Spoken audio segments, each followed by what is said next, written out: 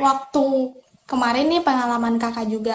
Sebenarnya ngejalanin itu kan prosesnya panjang juga ya kayak Ya, dari sebelum pergi, nanti pergi, terus ngurus-ngurus segala macam dokumen mungkin ya, dan ya. belajar di sana. Tapi pengalaman kakak waktu ngalamin proses yang panjang itu happy nggak sih? Atau merasa kayak, ih kok kayaknya susah banget ya kuliah di luar negeri? Gitu.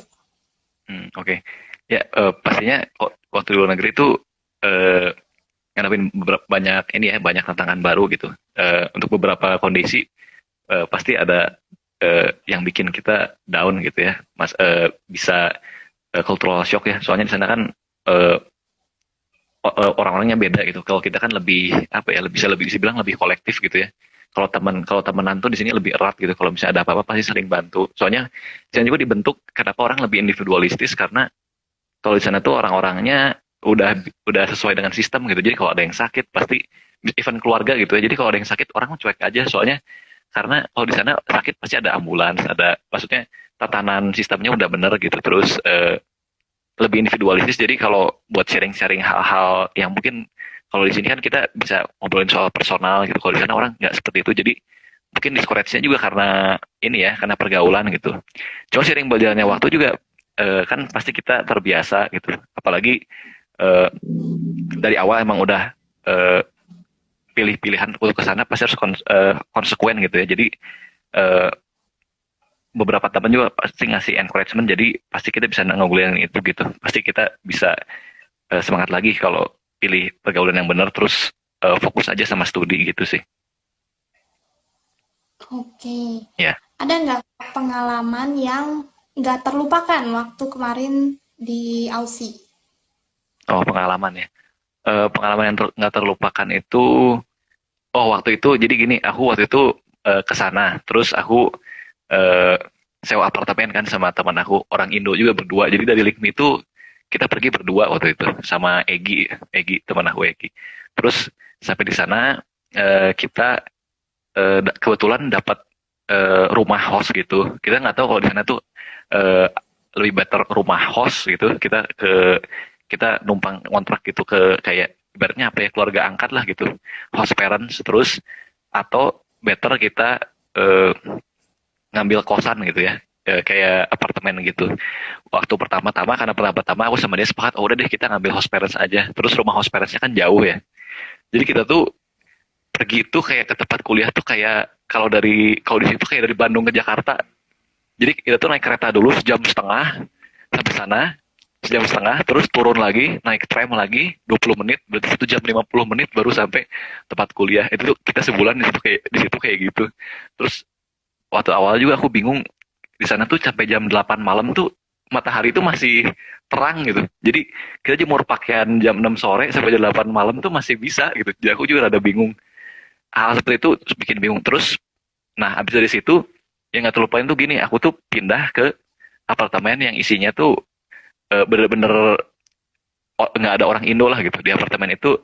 Aku sama orang Thailand sama eh, orang Melbourne asli gitu.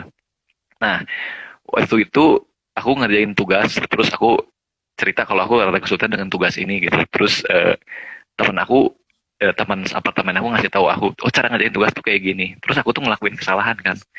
Nah, dari situ aku rada kaget. Jadi kalau orang ya orang budaya Western tuh mereka tuh lebih apa ya?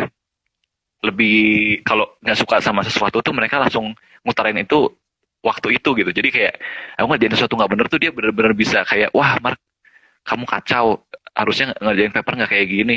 Kamu tuh harus lebih bener. Kalau kayak gini kamu nggak bisa lulus gini-gini. Jadi neguranya tuh porsinya beda sama kalau misalnya mungkin kalau kita di sini kita apa ya lebih nggak enakan gitu orangnya. Kalau di sana negara tuh bener-bener wah Mar kalau kayak gini pantesan aja Indonesia nggak maju orang-orangnya kayak kamu gitu jadi rada sadis tapi setelah dari situ dia jadi teman lagi gitu jadi sampai sekarang pun orang Thailand tuh jadi teman baik aku gitu dia ngajarin aku segala macam terus dia ngasih tahu aku untuk survive di sana gitu sampai hari ini pun aku masih kontak-kontak sama dia ya dan itu sih pengalaman yang nggak terlupakan tuh yaitu di sana tuh aku nemuin temen yang otentik gitu yang bener-bener bisa ngasih satu satu hal kalau dia nggak suka langsung eh, di titik itu dia suka dia cerita dan dia bisa backup aku. Itu aja sih pengalaman yang gak terlupain sampai sekarang kita bisa jadi teman gitu ya. Kita lihat lagi pertanyaan selanjutnya. Ya, Eh, Oke, ada tips lain nggak selain yang tadi kan mungkin Kak Mark juga ya, cerita ya bahwa kelabakan nih soal bahasa. Nah, ya. apa yang kakak lakuin sehingga akhirnya bisa adaptasi juga gitu pada akhirnya? Apakah kakak naruh effort kayak misalnya Ya. les speaking dulu kah atau gimana kah di sana supaya lebih cepat adaptasinya? Nah, untuk adaptasi bahasa, sebenarnya kalau untuk IELTS, kalau kita sekarang kan kita pasti lulus IELTS. Sebenarnya kalau buat kayak bikin paper gitu sih, kita pasti bisa bikin paper yang proper. Cuman kalau buat bergaul gitu ya, saya di sana kan bahasa Australia itu banyak slangnya, banyak logatnya gitu ya. Jadi mungkin dan eh, mereka akui sendiri gitu kalau mereka ngomong bahasa Inggris itu cepet dan suaranya kecil gitu dan R-nya tuh benar-benar hilang gitu. Jadi kalau aku waktu itu memang ke sana karena aku pengen dapet pengalaman yang baru, jadi aku minimalisir gaul dengan orang Indo lagi gitu. Jadi setelah aku pindah di apartemen situ, aku ikut kayak kayak foundation social apa ya, social foundation gitulah. Jadi kayak yayasan sosial gitu, namanya Urban Life di sana. Nah di Urban Life ini tuh isinya anak-anak muda ya dari beberapa negara juga, banyaknya Southeast Asia sama orang Aussinya juga di sana. Terus ya kita di sana main bareng gitu. Nanti kita misalnya minggu ini kita makan bareng di misalnya Chinese hotpot gitu. Kita makan di hotpot di jalan apa gitu. Nanti kita janjian ke tempat situ. Nah nanti kita digilir kayak cerita soal negara kita gimana. Terus mereka ngajak main gitu. Nanti next next weeknya lagi main nonton bareng gitu. Nah di situ karena kita bisa gaul sama orang-orang yang berbeda gitu, di situ kita lebih ngeblend misalnya. Jadi kita bisa lebih ngerti gitu dan nggak cuma orang Aussie aja kan dan banyak pendatang juga kan.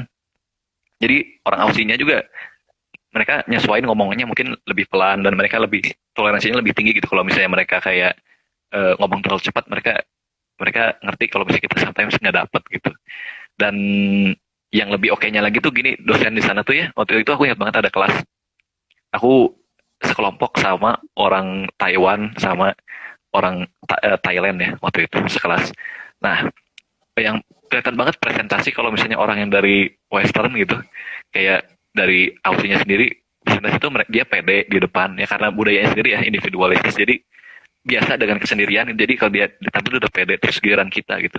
Tapi dosennya tuh senangnya gini, appreciate banget gitu meskipun bahasa Inggris kita terbatas gitu dan kadang-kadang salah grammar atau apa, dia tuh toleransinya tinggi karena dia bilang eh, ini tuh prestasi gitu, kalian udah jauh-jauh dari negara kalian datang ke Australia terus kalian berani presentasi gitu dengan bahasa yang bukan bahasa ibu kalian gitu. Terus eh, di waktu presentasi itu asal sesuai dengan konteks, tidak keluar dari konteks, saya akan memberikan kamu nilai yang baik gitu. Jadi fair di sana gitu. Jadi dosennya juga apresiatif gitu dan lingkungannya itu sih sebenarnya yang bisa bikin kita Inggrisnya makin wah gitu. Dan jangan ada barrier buat kayak gaul sama orang luar Indo gitu aja sih. Oke. Ya, Ngobrol-ngobrol tentang gaul sama orang di luar ya, Indo gitu ya. ya, Berarti kan kayak orang yang dari tadi Thailand, terus dari ya, Aussinya sendiri atau dari negara-negara lain. Nah, ya. kalau di sana pergaulannya gimana sih Kak? Susah nggak sih dapat teman, berbaur nggak? Hmm, Berbaurnya susah nggak? Dan ya, kayak di sana ada kayak bully nggak sih? Kan kalau di Indonesia ya, sering banget ya kita dengar kalau misalnya di tempat baru kayak takut banget kita dibully kayak gitu-gitu. ya, Kalau di sana gimana menurut pengalaman Kakak? ya. Kalau untuk bergaul ya, kalau di sana tuh kita harus nyesuaiin sama budaya mereka gitu ya. Karena orang Australia sendiri tuh ada budaya gini, jadi setiap Jumat ya mereka tuh selesai dari kantor, pasti hari Jumat mereka tuh punya budaya minum-minum. Nah hari Jumat malam itu sebenarnya rada kurang aman keluar dari apartemen. Sebenarnya sebenarnya nggak aman itu gini karena mereka punya budaya minum-minum. Terus hari Jumat tuh ada keanehan kalau lihat berita juga bisa ada orang ketabrak mobil atau apa karena hari Jumat tuh pasti budaya mereka tuh selesai selesai kerja mereka minum-minum entah itu sama bos mereka sama teman-teman mereka. Jadi hari Jumat tuh hari yang sakral lah buat orang sana gitu ya untuk minum-minum bareng. Dan mungkin kalau budaya Western kan biasanya tuh pulang dari kantor atau pulang dari studi atau di mana-mana mereka tuh bahas deep talk itu nggak ditemenin sama kopi atau kalau kita di sini nongkrong gitu ya, main Mobile Legends bareng atau gimana gitu. Di sana tuh mereka nggak, kalau ngomong-ngomong di talk tuh biasanya mereka ke bar gitu. Jadi eh, mungkin kita harus eh, approachingnya tuh buat ke mereka mungkin kita bisa ikut gitu, tapi ya tetap aja jaga diri dah dan eh, ikut, boleh minum tapi ya sewajarnya aja gitu ya buat kayak bahas-bahas deep talk.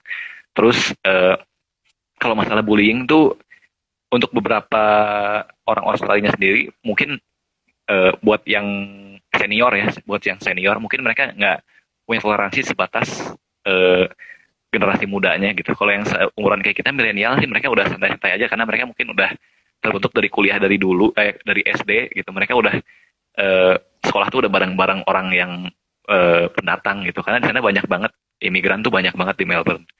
Jadi waktu itu aku sempat juga sih sama teman aku naik tram gitu terus tiba-tiba ada penduduk elder elder gitu kayak ngomong go back to your country mate gitu. Jadi ibaratnya kita tuh diusir gitu karena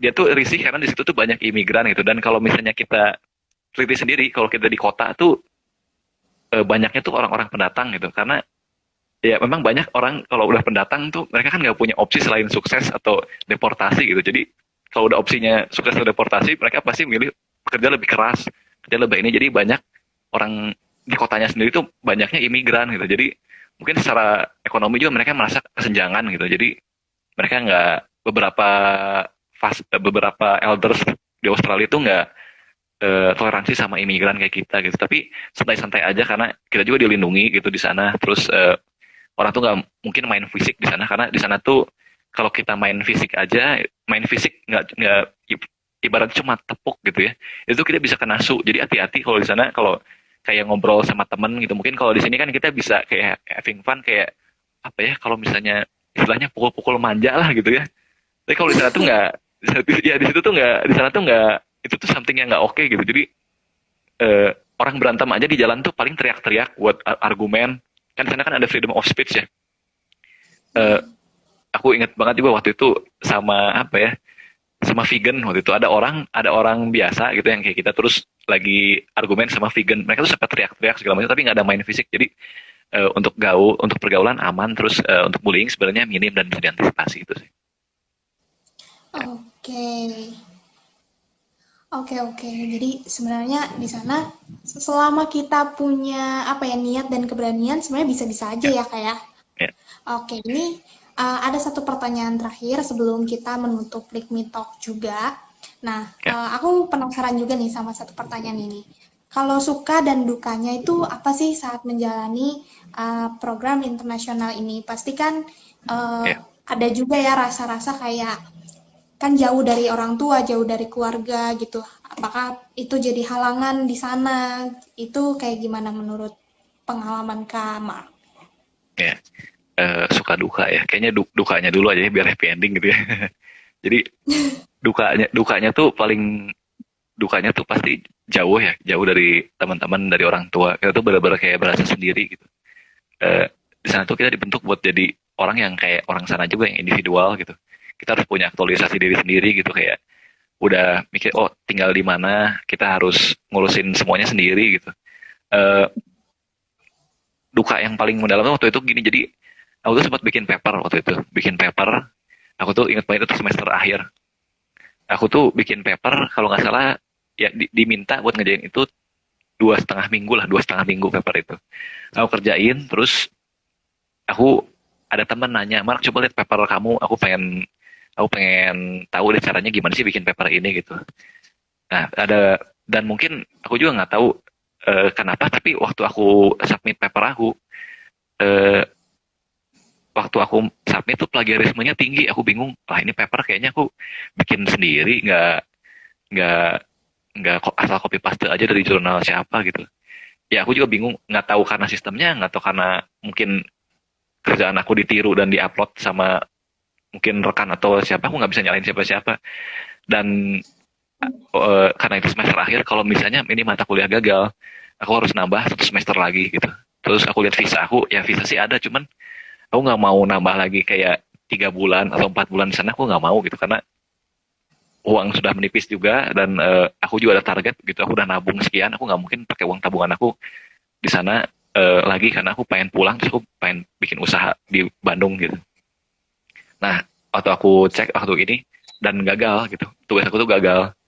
Nah, aku kontak lah semua semua, maksudnya administrasi di kuliah aku gitu.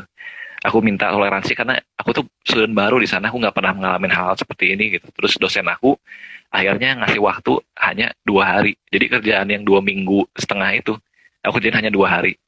Waktu itu aku saking stresnya, aku telepon orang tua aku bilang, Pak Mah, mungkin aku bisa gagal di sini, mungkin aku eh, bisa nggak sesuai tepat waktu gitu, dan uangnya udah mepet gitu, waktunya juga udah mepet. Terus aku ingat banget, aku cerita itu sama papa aku, terus papa aku, kamu harus tenang, kamu harus fight gitu, kamu pasti bisa gitu. Aku langsung lari waktu itu ke 7-Eleven, beli Red Bull biar aku nggak tidur, ya. Terus aku kerjain full 24 jam lebih di kamar hanya ngerjain paper itu gitu. Aku kerjain, terus aku submit, terus aku udah berserah deh, aduh kalau lulus lulus enggak gitu, tapi aku udah semaksimal mungkin. Dan akhirnya akhirnya dosen aku submit paper itu dan aku selesai dari kampus itu gitu. Di situ aku dapat pelajaran banyak sih. Eh, Kadang kita harus nolongin orang lain, tapi kita harus apa ya? Harus bisa apresiasi diri kita sendiri gitu. Kita bisa nolong orang lain dengan kapasitas kita, tapi kita harus naikin kapasitas kita buat kita nolong orang lain. Jadi eh, hati-hati kalau misalnya teman-teman juga ya, nanti buat ke depan mungkin kuliah ada teman mau nanya-nanya soal jurnal atau gimana, kita bisa sharing garis besarnya aja gitu. Jadi jangan kasih tugas kita ke mereka gitu, hasil tugas kita ke mereka. Dan intinya mau kondisi apapun, kalau misalnya kita udah pilih satu hal, oh aku mau berangkat, kita harus selesaiin itu konsekuensi dari awal sampai akhir selesai gitu. Kuliah gitu ya, mau kuliah 3 tahun, mau kuliah 4 tahun, mungkin lebih, asal kita konsisten, aku yakin pasti itu berbuah untuk sesuatu yang baik gitu. Terus kalau sukanya tuh tentunya waktu aku selesai ya dari tugas akhir, dan aku tinggal sebulan lagi aku pulang gitu. Jadi aku tuh sisa 3 minggu lagi di sana tuh aku benar-benar main aja gitu sambil nunggu tiket aku pulang. Waktu pulang tuh aku kebetulan apartemen aku tuh habis, terus aku kontak lagi teman aku di Australia, gimana ya, kayaknya kontrak aku habis, jadi aku udah kasih apartemen aku buat orang lain, terus aku mau tinggal di mana gitu. Aku mikir udah deh hotel aja atau gimana gitu. Tapi kan aku pengen nge-save uang juga gitu ya buat nabung. Jadi akhirnya teman aku yang orang Thailand itu dia bilang, udah Mark, kamu tinggal di apartemen aku aja, soalnya ada kamar sisa, teman aku lagi pulang. Terus jadinya aku tinggal di sana gitu. Di sana semua ngasih salam perpisahan, semua ngasih appreciation. Mark, senang banget ketemu Mark di Australia, kita bisa kuliah bareng. Semoga nanti di Indo berhasil. Jangan lupa apa, tetap keep in touch gitu. Karena kita sedang banget lah, kita di sini sama-sama imigran, sama-sama eh, studi, sama-sama susah bareng, senang bareng gitu. Jadi di sana aku ngerasa kayak even keluarga aku jauh gitu, tapi di sana aku berhasil buat bikin apa ya, sistem, bukan sistem apa, eh, ya sistem sosial yang rasanya kayak keluarga lagi gitu. Jadi kalau ada apa-apa pasti aku kontak dia gitu. Jadi eh, ya itu sih sukanya di sana, duka sukanya gitu Oke, ya. keren banget ya Ya, ceritanya dari Kak Mark. Banyak banget ternyata pengalaman kalau misalnya kita ikut program internasional, guys. Jadi buat teman-teman yang misalnya tertarik nih kayak Kak Mark pengen kuliah ke luar negeri juga, teman-teman bisa konsul aja ke kita karena kita juga punya program internasional ke Kaplan di Aussie, Kaplan di Singapura, terus ada juga RMIT, ada juga yang terbaru itu di Zhejiang di RRC ya, China. Banyak ya. banget programnya, nanti kalau teman-teman pengen tahu lebih detail langsung kontak kita lewat DM ya. Thank you banget Kak Mark yang udah mau Oke, thank you so much. sharing-sharing Ya, sama kita semua. Thank you so much. oke ya. Dan buat teman-teman juga yang stay tune terus di Let Me Talk ini, thank you so much. Dan buat teman-teman yang udah bertanya juga, terima kasih. Nanti ada satu panitia kita yang bakal pilih di antara kalian untuk dapetin giveaway-nya.